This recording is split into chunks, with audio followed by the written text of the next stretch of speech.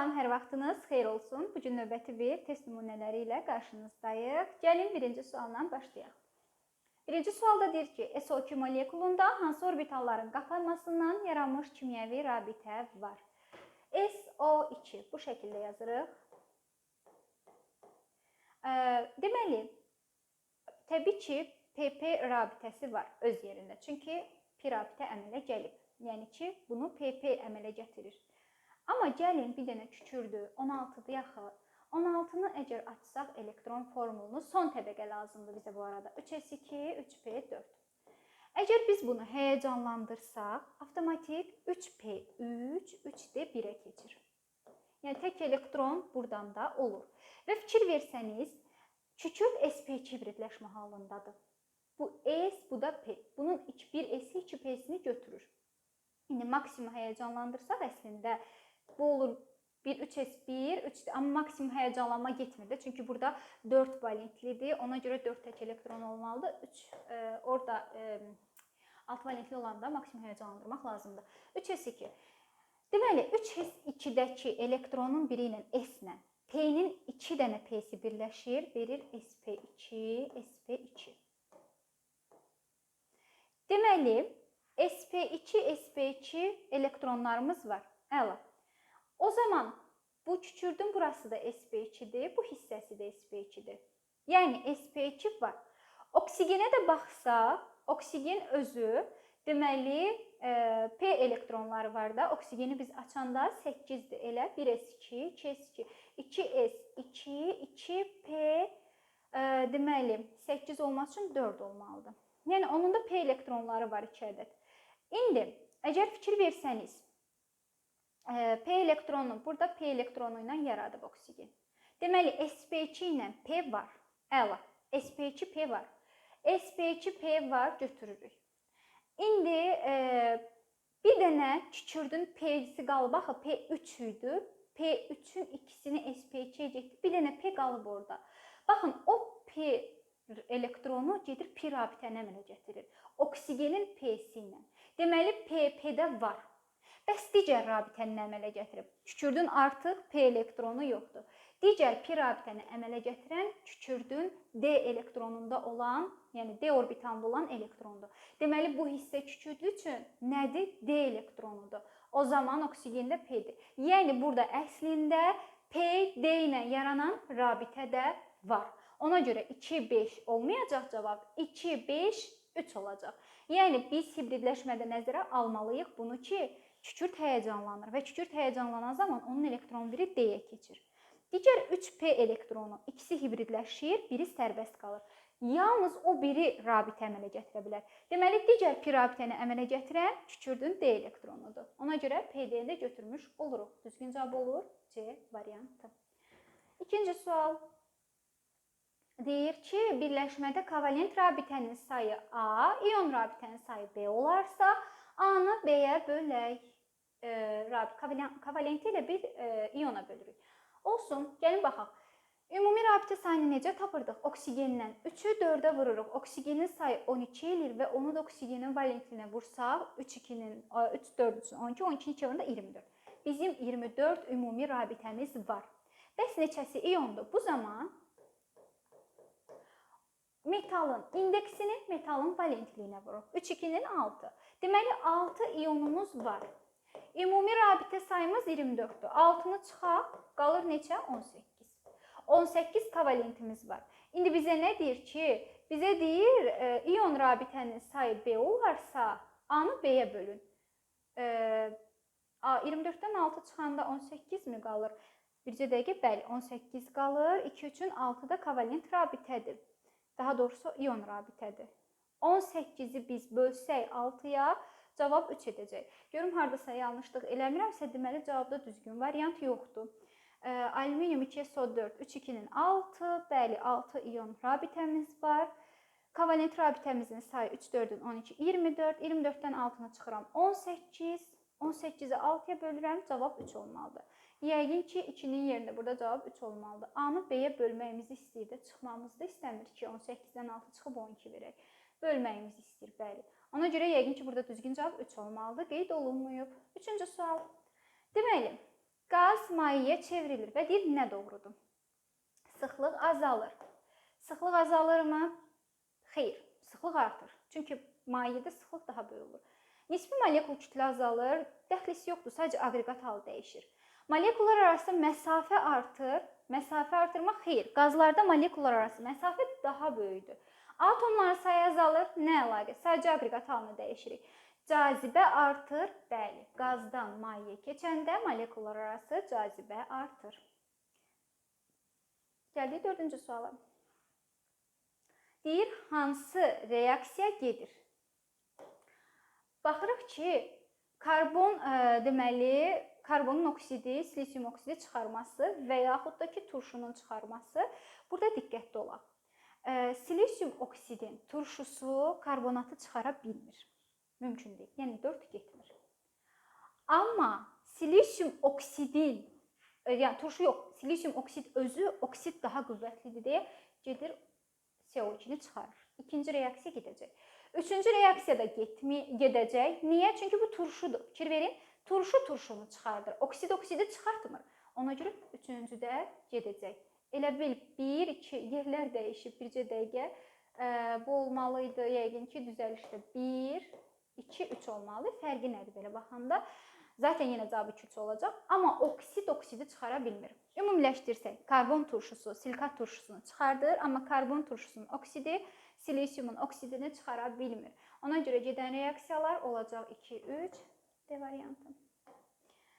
Baxaq 5-ci suala. 67,2 litr asidin almaq üçün tərkibində 20% qarışığı olan texniki kalsium karbiddən neçə qram lazımdır? Deməli, kalsium karbidin asidinin alma reaksiyasını yazırıq. Kalsium karbid, üzərinə gəlirik su. Alırıq nə? Kalsium OH2, C2H2. Əgər fikir versəniz, reaksiya 1-in 1-ə nisbətində gedirmi? Xeyr, su kimi oldu. İndi bizə deyir, 67,2 litr asidin almaq üçün. Aha, indi biz baxırıq ki, əgər bundan 67,2 litr almaq istəyiriksə, kalsium karbiddən nə qədər götürərik? X. 22,4-ünə nə qədərdir? Fikir verin, kalsium karbidin kütləsi yazıb 64. 3 dəfə artıb deyə, 3 dəfə artırırıq. 64-ü vuranda 3-ə cavab edir 192. Biz 192 götürməliydik. Amma şərtdə bizə nə deyir? 20% qarışığı olan. Yəni bu 192 80%-dir. Yəni bu 192 80%-dir. Bizə deyir 20%. Biz bu qarışığı çıxmışıq da aradan. Bəs bizə nə deyir? 20% qarışığı olan texniki kalsium karbiddən. 100%-imiz nə qədər olar? X. X-i tapırıq neçə? Deməli, 192-ni bölməliyik 80-ə. 2,4, o da 100-ə vuranda 240. Düzgün cavabımız olur D variantı.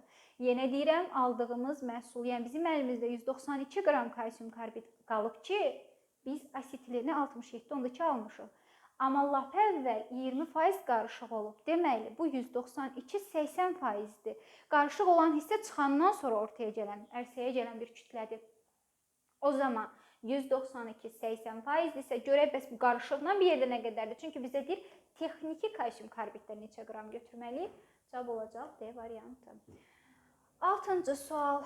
Deməli, metanolun 140 dərəcədən aşağı temperaturda dehidratlaşması nəticəsində deməli, əmələ gələn birləşmədə qeyri-polyar kovalent rabitə sayını müəyyən edin. Metanol CH3OH spirtdir. Deməli, 140 dərəcədən yuxarı temperaturda dehidratlaşırsa, daha doğrusu aşağı temperaturda dehidratlaşırsa, deməli, buradan efir əmələ gələcək. Əmələ gələn efir nə olacaq? CH3O, CH3, yəni ikiləşir karbon.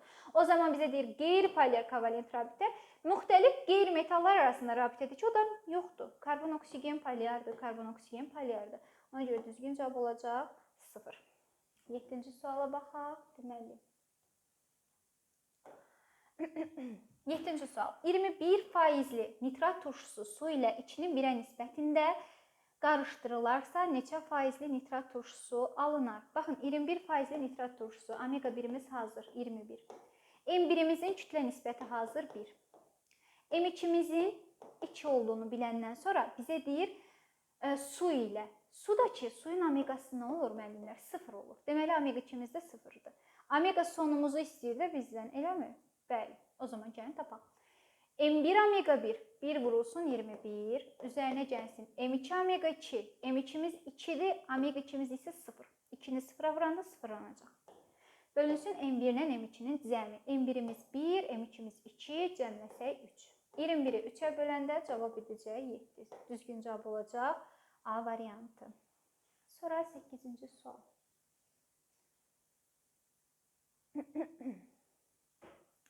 Würz reaksiyası nəticəsində əmələ gələn alkan molekulunun kütləsi 86 olarsa, reaksiyaya daxil olan birləşmənin formulunu göstərin. Würz reaksiyası nəticəsində əmələ gələn alkan 86-dır. Yəni 14N üzərinə gəlilsin 2 86-dır. 14N 84-də, N-i də tapırıq neçə? 6. Deməli, virus reaksiyası nəticəsində alınan birləşməmizin 6 karbonu var. Amma bu bizə deyir daxil olan, yəni ikiləşməmişdən qabaq. O zaman C3H7 xlor olacaq. Gedib B variantını vurmayaq səhvən. 9-cu sual. Hansı halda eyni maddələrin adları verilmişdir? Üçüncü deyir 3 amin propan turşusu. Propan turşusunu yazaq. 3 dənə karbonu var. Bu propan turşusudur. Və deyir 3-də amin var. NH2 buradadır. 3-də. O zaman bunu 2 edər. Sonra deyir beta amin propion turşusu. Gəlin baxaq. Beta amin propion turşusunu biz yazsaq, yenə propan turşusunu yazırıq. Və bizə deyir betaya birləşdirin. Burası CH3, burası CH2. Hələ ki propion turşusunu yazdı. Aha, beta. Biz bilirik karbondan sonraki karbon alfa, ondan sonraki isə betadır. O zaman biz deyirik ki, bəli, beta amin yağ turşusu. Yəni bu eyni maddədir. Bəli. Eyni maddənin adını verilib. Sonra ona görə biri götürürük. İkinci, amin butan, 3 amin butan turşusu. Amin butanı yazaq. Bu 3 amin butan turşusudur. Və bizə deyir ki, 3-də amin var. 1, 2, 3. Bura biz 3 birləşdiririk. Eləmi? Bəli. 1, 2, 3. NH2. Aha, 3 amin butan turşusu, beta amin yağ turşusu. Betadan da söhbət getsə, alfa, beta, gamma. Bəli. Yəni bu əslində deməli olacaq beta. Doğrudur da, belə baxanda, bəli. O zaman biz deyirik ki, 3 amin həm 3-dədir. Beta da nəyə düşür? 3-ə düşür. Çünki alfanı buradan nömrələyirik. O zaman 1 ilə 2 eyni maddədir. Avtomatik yəqin ki, 3 fərqli maddə olacaq. Gəlin 3-ə də baxaq. Deməli, ay silindi ki. Deyir 4 amin butan turşusu, 4-də amin var. Butan turşusu yenə yağ turşusudur əslində. 4 karbonu var. Deməli, 1, 2, 3, 4. Nə deyir? Beta amin yağ turşusu. Yox, 4 amin yağ turşusu. NH2 buradadır. Bu oldu nə? Deməli, amin butan turşusu. Amma gammaya baxın. Gamma amin valerian turşusu. Valerian turşusu axı butan turşusu ilə bir deyil. Heç onu müzakirə eləməyə belə dəyməz də. Yəni adıca tamamilə fərqlidirlər. Ona görə də deməli 3-ü götürmürük. Ona görə olacaq 1-2 düzgün cavab D variantı. Sonra baxaq deməli 10-cu suala. Deyir azotun tarazlıq qatılığı 0,8 mol bölünsün litrdir. Azotun qatılığının 20% reaksiya daxil olarsa ammoniakın tarazlıq qatılığını hesablayın. N2 üzərinə gəlsin 3 mol H2 alınır NH3. Başlanğıc sərf olunan tarazlıq. İndi gəlin baxaq. 0,8 bunun tarazlığıdır və sizə deyir ki, azotun 20% reaksiya daxil olub. Artıq qalan hissəsi 0,8-dir. Deməli 0,8 80% təşkil edir. Yaxşı, 20%-dir reaksiya daxil olub. 20% nə qədərdir? X. X-i tapırıq neçə? Deməli 2 eləyir də X. Yox, 0,2 eləyir, yox. Elə bil, gəlin 0,2 eləyir, bəli. 20 vurulsun 0,8 bölünsün, deməli 80-ə, cavab 0,2. 0,2 sərf olunub. 0,2 sərf olunubsa, o zaman amonyakın başlanğıcı 0-dır. Bu 1 olanda amonyakdan 2-dirsə, bu 0,2 olanda amonyakdan olacaq 0,4. Yəni tarazlı qatılığımız da olacaq 0,4 A variantı. Bəli müəllimlər,